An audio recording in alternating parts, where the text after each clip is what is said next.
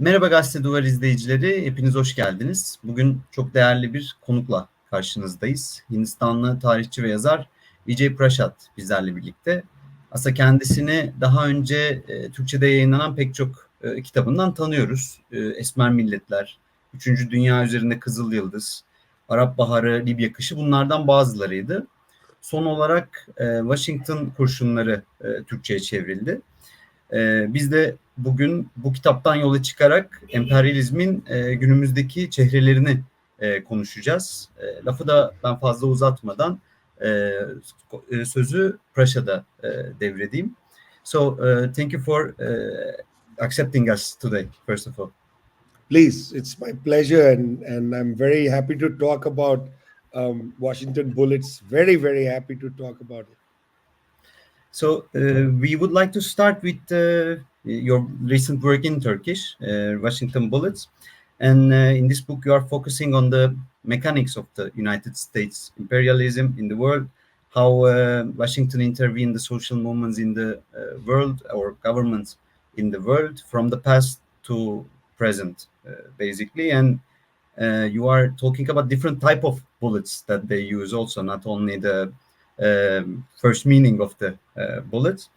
And the examples that you gave starts from 50s Guatemala and includes the Saudi Arabian working class movements, or even today's world in Bolivia, what happened in last decade, etc. But we have plenty of valuable examples in your work. And considering this variety of examples, we would like to talk about the definition of today's imperialism that we are talking about. Maybe we can start with to define how the imperialism that we are facing today. See, I think that we need to periodize imperialism.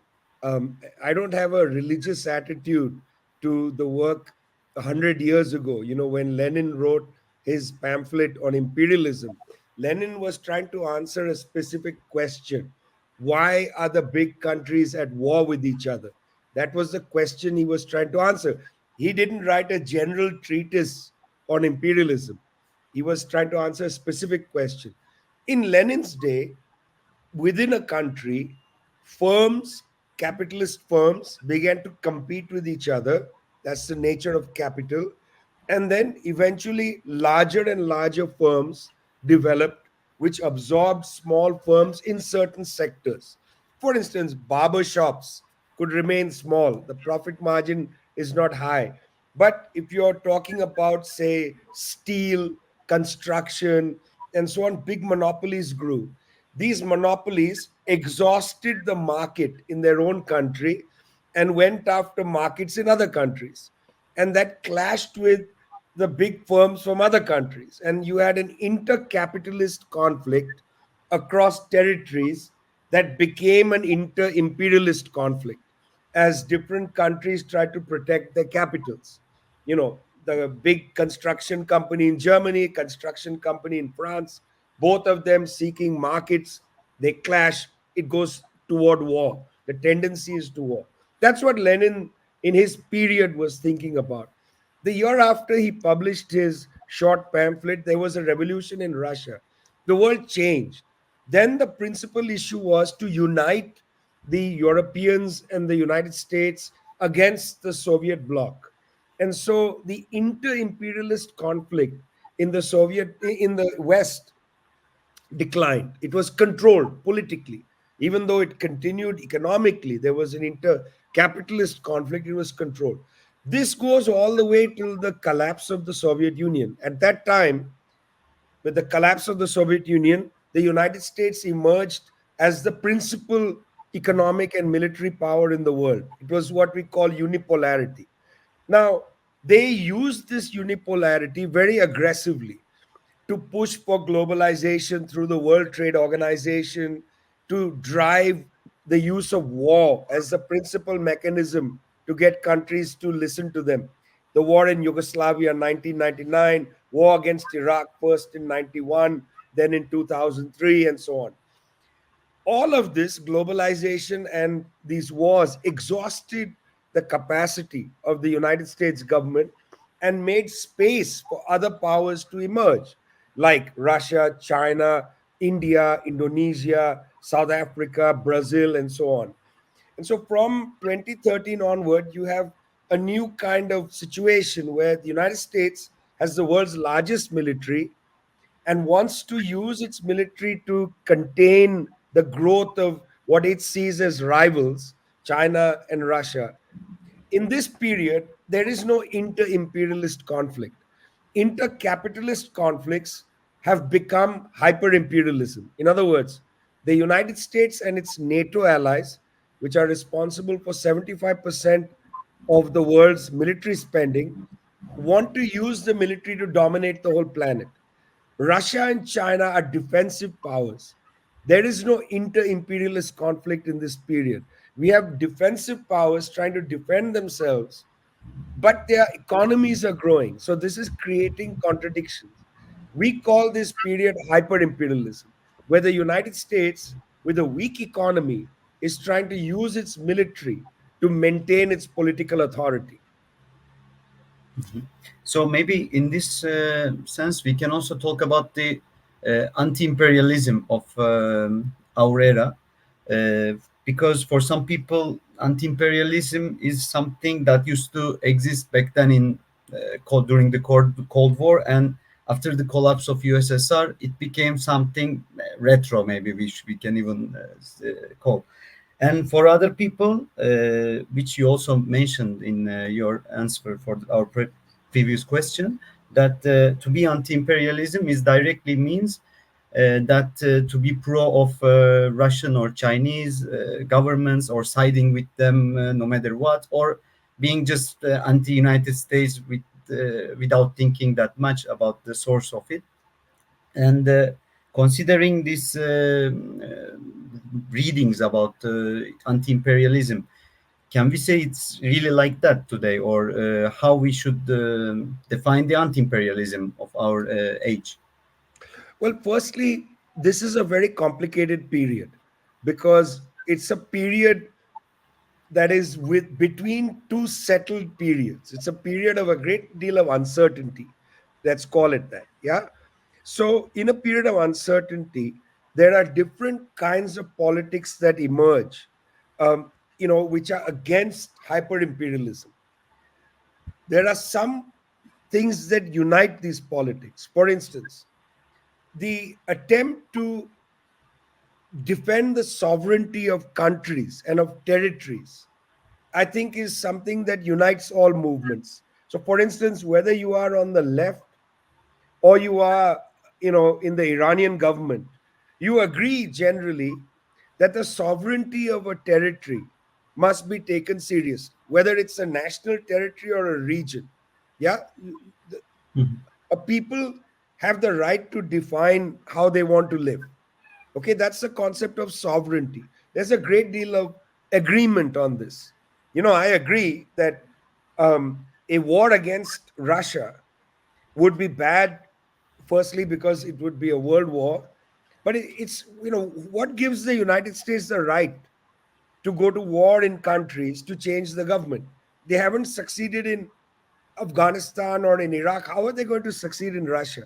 So Russia has the right to its sovereignty. There will be broad agreement. I would agree with Sergei Lavrov, for instance, the foreign minister of Russia, that Russia has the right to its own sovereignty. But we'll disagree on the second concept, on dignity. What does dignity mean? So, for instance, I am very much against a war by the West or anybody against Iran. Yeah, I believe Iran has the right to its sovereignty. But I might disagree on what is happening within Iran. Where is the class struggle? What is the role of women's rights and so on? Um, on the question of dignity. But you see, I also don't believe that we impose dignity on a people or dignity fights. People have to go through their own struggles. Sometimes it's difficult. We may give them solidarity, but you can't give a person dignity by getting on top of a US bomber and bombing the country. It never works, right? So, different countries have different cultural histories. Okay, Turkey has a very interesting cultural history. There is a difference between Istanbul and the rest of Anatolia. There are differences. Mr. Erdogan may not be everybody's cup of tea, but he appeals to a certain kind of piety and so on to a great number of people. That's the history of Turkey. That's the exact history of a place like Turkey. China has its own history. People say, oh, China, it's authoritarian. No. People who say that don't understand Asia. Asia is authoritarian. We have an authoritarian social culture. We respect our parents. We don't smoke in front of elders. There's a great deal of, these concepts, respect and so on, might not make sense anymore in Western Europe or North America and so on. But they make a lot of sense in Asia. So tomorrow, if there's a right-wing government in China, the government would resemble a sort of hierarchical arrangement. Every country has to go through its own culture. So in that sense, I don't think it's useful to say, well, we are all anti-imperialists or not. We have different kinds of politics. Sometimes our politics might intersect. Sometimes they don't intersect. The question of Iran is a good one Mhm. because, for instance, I'm completely against an intervention to overthrow the government of Iran. But that doesn't mean that I am 100% in favor of the government. But that also doesn't mean that I don't see the government as complicated, that there are elements in the government that are very interesting and are trying to fight to widen things and open things up and so on. I understand that it's a complexity. It's not that you condemn the whole civilization. Yeah. So there has to be space for strategy and maneuver. What happens a lot in the global left is that there's a politics of definition. Mhm. We want to label somebody something, and we don't allow dialectics to operate. I'm a Marxist. I believe in the logic of dialectics. We see where there is agreement, where there is disagreement. It's not practical. It's not a practical approach. It's a dialectical Mhm. approach. I understand the limits of change in certain places. Yeah. And I think that has to be respected. Like, I always tell people who say China is this or that, I say, go visit China. You'll be surprised. You'll be surprised at how complicated things are, how many debates take place in China. Mhm. Maybe from that we can jump on the topic about the free world that during the Cold War, Washington was somehow were able to build the illusion of the free world discourse, which you also mention in your book about that. And the curious thing about this topic is that today we are witnessing somehow the same discourse, almost untouched from from those times, and this defense of the free world can still be used as a excuse for any kind of crime, as a casus belli to start any intervention.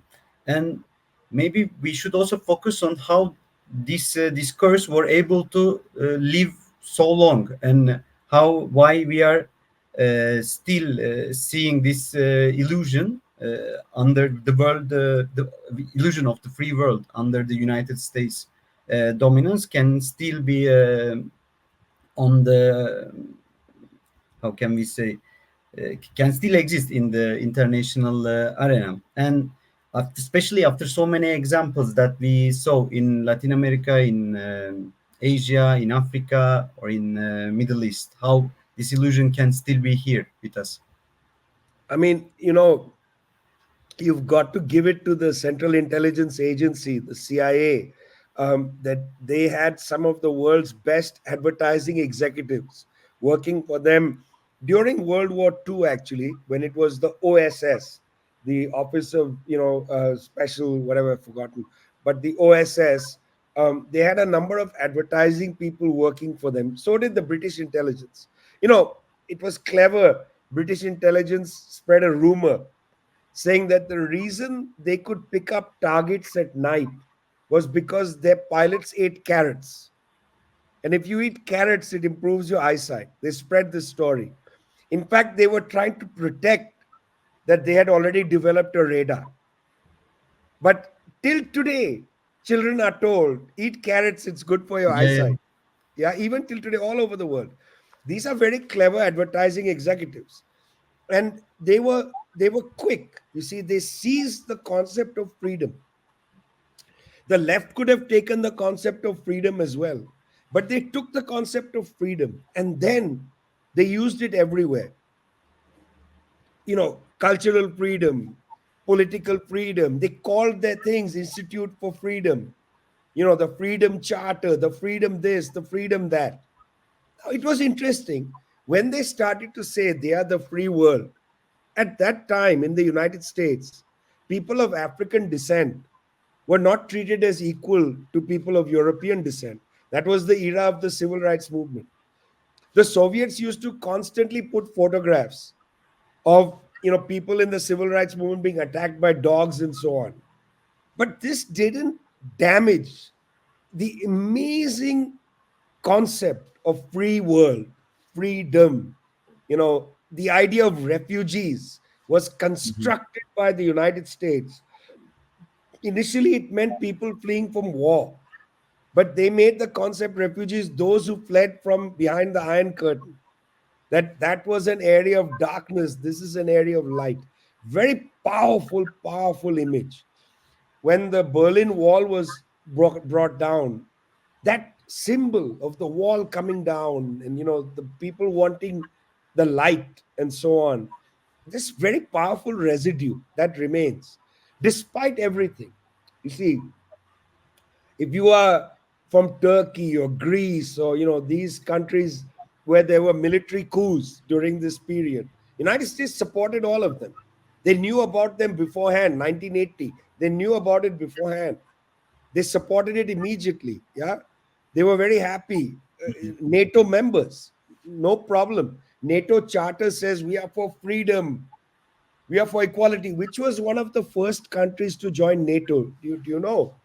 One of the first countries to join NATO, Portugal, under the dictator Salazar. Mhm. No problem. Welcome. Why? Because we want to have a naval base in Portugal. We want to be able to block the Straits of Gibraltar. No problem. Doesn't matter you're a dictatorship. You can join NATO, which has in its charter all this stuff about freedom. So there's a disconnect between the remarkable advertising, the brand of freedom that they built, and the reality. Remarkable disconnect. This disconnect actually has immense cultural significance because it means that you can turn to the people and you can say to the people, hey, listen, we didn't mean to kill people. We didn't mean to support a dictatorship. We were forced into it. I mean, it's very interesting. Samuel Huntington, senior political scientist in the United States, advised, I don't know, 20 of the governments, very important person. In the 1950s, Samuel Huntington started to develop a theory called military modernization, where he argued in backward countries, the only institution that is modern is the military. So, in a country like Bolivia, or a country like Turkey, or a country like Pakistan, these countries don't have advanced democratic institutions. So, we should support a military coup there so that the military can create modernity. I mean, it's an incredible idea. 1950s. This becomes official policy of the US government. It allows the US government to support militaries. Jean Kirkpatrick, political scientist, later becomes US ambassador to the United Nations.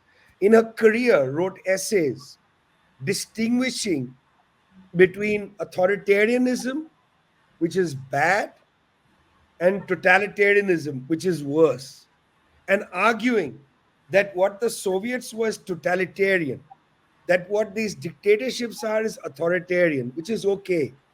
We can support authority. I mean, it's crazy, but they intellectualized space so that their brand of we are trying to promote freedom wasn't dented. And Yeah. that is the reason why this powerful brand lingers till today. And it's fascinating. Neil Young, the rock and roll musician, Neil Young, was going to go and play in the Soviet Union in the 1980s, but they couldn't make it happen. So Neil Young wrote a song called Keep On Rocking in the Free World. It's a beautiful song. Now, the chorus is Keep on rocking in the free world, but the lyrics are about homeless people in the streets of North America, about poverty, about war. It's a complete critique of the West. Antony Blinken, US Secretary of State, went to Kiev last month. Yeah. After his conversations with the Ukrainian government, he went to a nightclub and he put on an electric guitar and he played the chorus, Keep on rocking in the free world. But that song is a critique of the idea of the free world. But they, what can I say, Kavel? It's a Yeah, yeah. very powerful symbol. Yeah, totally. And considering all these examples also, like when we think about today's world, of course, the panorama that we see doesn't look that optimistic, maybe we can say. But because also we are hearing warmonger discourses every day from different voices, actually. And talking about a possible nuclear war became a daily conversation for many people. Or let's forget about the possible wars, but let's think about the actual wars that is happening rest of the world.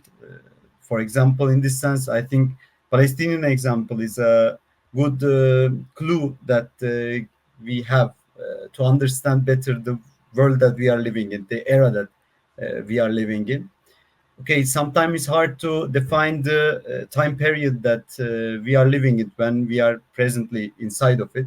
But if we look at today from a third eye, how we can understand the time period that we are living, do you think? At the beginning, you mentioned about it a bit, but what we can say about this time period that we are living, and also where we should focus to see some answers for the future of the peoples of the world, do you think? Yeah, I mean, look, firstly, it's very clear that the United States and its NATO allies, but particularly the United States, is very afraid of a kind of Eurasian economy being built, where Chinese industry and Russian energy fuel a connection with Europe. This is what was happening, that through Nord Stream 1 and 2, Russian energy was pouring into Europe. Chinese goods and services coming into Europe, including high technology, Huawei, and so on. And European manufacturing was still moving, particularly German, from the Ruhr Valley to Wuhan province, and so on. This integration was happening. Turkey was in the middle of it. In fact, this integration was going along very well. It brought Turkey and Iran closer because there was that train that goes from Beijing to Lake Van, and then you have to cross a ferry at Lake Van, and then you start again and go all the way to Paris. That is amazing. A goods train could come all the way from Beijing to Paris, that route. But then there was going to be a northern route and so on.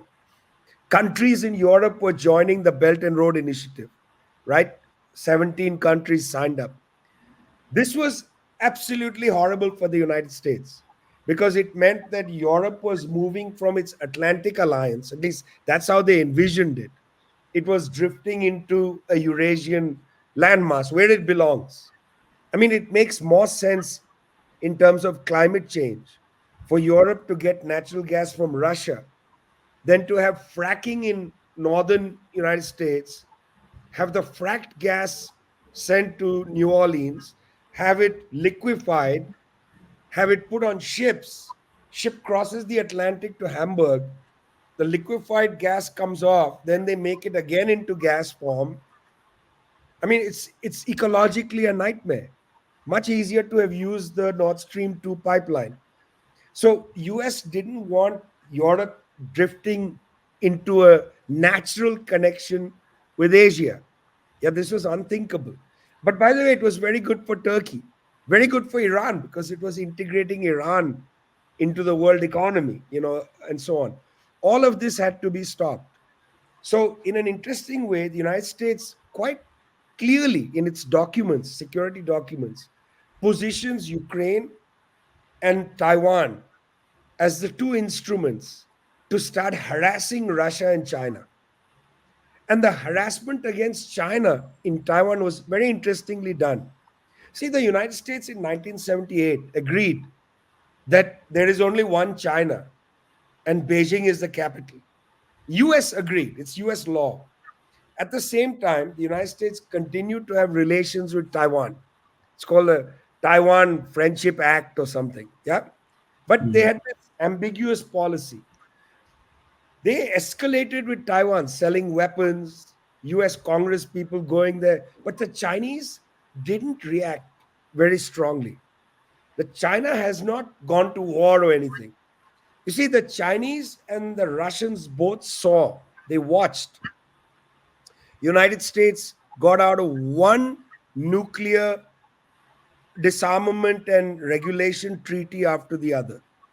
Anti-ballistic missile treaty, yeah, the short-range missile treaty. The US just walked out of these treaties one by one.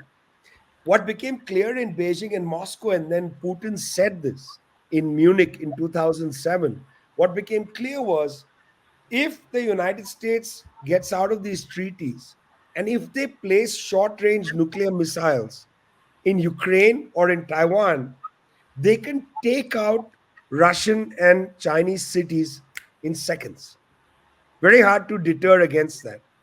So the United States effectively was trying to provoke Russia and China in Ukraine and in Taiwan. Chinese did not get provoked directly.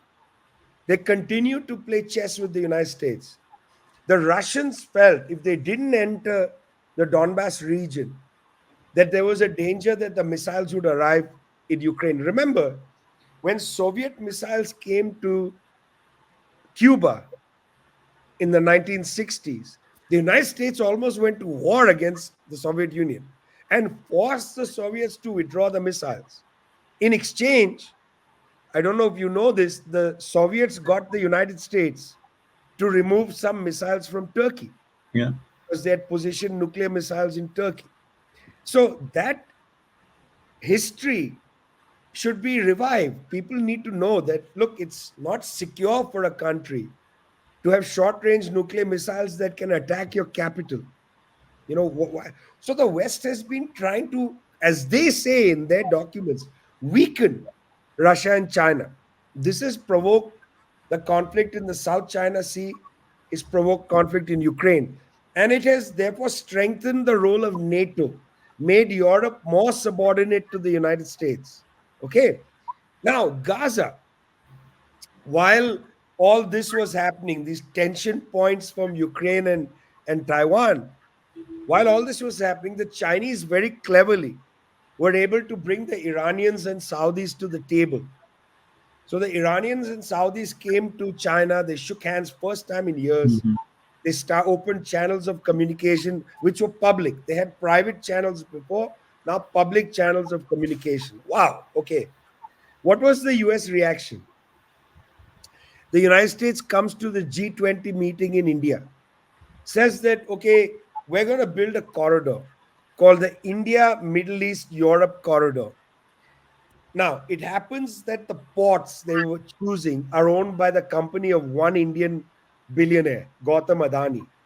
But the corridor was going to start in Gujarat in India, go to Dubai and Abu Dhabi, then up the length of Saudi Arabia to into Israel to the port of Haifa, and then from the port of Haifa to Greece. Mr. Adani owns the Greek port, he owns the Haifa port, he owns the port in Gujarat.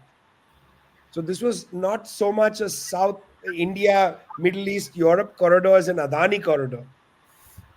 as this was being established, and very much actually dangerous, because this was a way to normalize de facto between Israel and Saudi Arabia. Remember, Saudi Arabia didn't join the Abraham Accords with Bahrain and Morocco, right, to normalize Mhm. with Israel. So this would have de facto normalized Saudi Arabia, Israel, because the corridor would go through it. Just when they finished making this deal, October 7th happened. And in a sense, Hamas and Islamic Jihad threw this deal into the Indian Ocean. Because at this point, it was impossible for Saudi Arabia to build this corridor through Israel. Impossible. Exactly. Now it's very difficult. So, one thing that I do see very much is that there is what, from the Israeli perspective, there is a view that they are just going to try to clear out the Palestinians from Gaza, absorb that part into Israel. Yeah, because they see the future in building these kind of corridors, and therefore strengthening the United States trade networks, United States brokered trade networks. I think it's very much inside all this, because Gaza is a key port area. It's interesting the US have built this little temporary pier. Yeah. You know, I mean, some people say there's natural gas. Look, it's not about natural gas, I'll tell you, offshore, because the Israelis would never have let the Palestinians have it. Between Israel and Lebanon, there's been a long standing dispute over a natural gas field, off the in the Mediterranean. So I doubt that they needed to go and remove the Palestinians for the natural gas. This is about this broad overall struggle that the United States is facing, where it's losing control of the world and trying desperately to maintain control. If the Chinese Saudi Iranian deal had continued to develop, the US would have been nowhere in the Middle East, because their biggest partner, Saudi Arabia, would have turned their back on the United States. Turkey, a NATO country, has already developed complicated relations with the US ever since that, whatever that happened that day at the military base. Mr. Erdogan has developed a complicated relationship with the United States. You can't say he's turned his back on the US or NATO. You can't say he's turned his face to Russia. Hey, he's playing his own game, but he's not a reliable ally. He's not reliable. Saudi Arabia, if Saudi Arabia is not reliable, Egypt is no longer reliable, because Egypt is basically paid for by the Saudis. Mr. General Sisi's government relies on Saudi money. Mhm. So this was a catastrophe if the Chinese had been able to incorporate the Middle East into the Belt and Road completely. A nightmare. So the United States is not unhappy about this war in a way. Yeah. But they would have preferred to have built this corridor and absorbed Saudi Arabia through a new Abraham Accords into a relation with Israel. This has fallen apart. I don't think it's possible. Yeah. Thank you so much for your time. Actually, these were our questions, and I hope we can see you again in another interview and in another work that you publish in Turkish. Hey, listen, it's my pleasure to come here. Yordam Kitab is very important to me, the work they are doing in Turkey, and Yeah. it's a pleasure to talk to you. You always come with the best questions.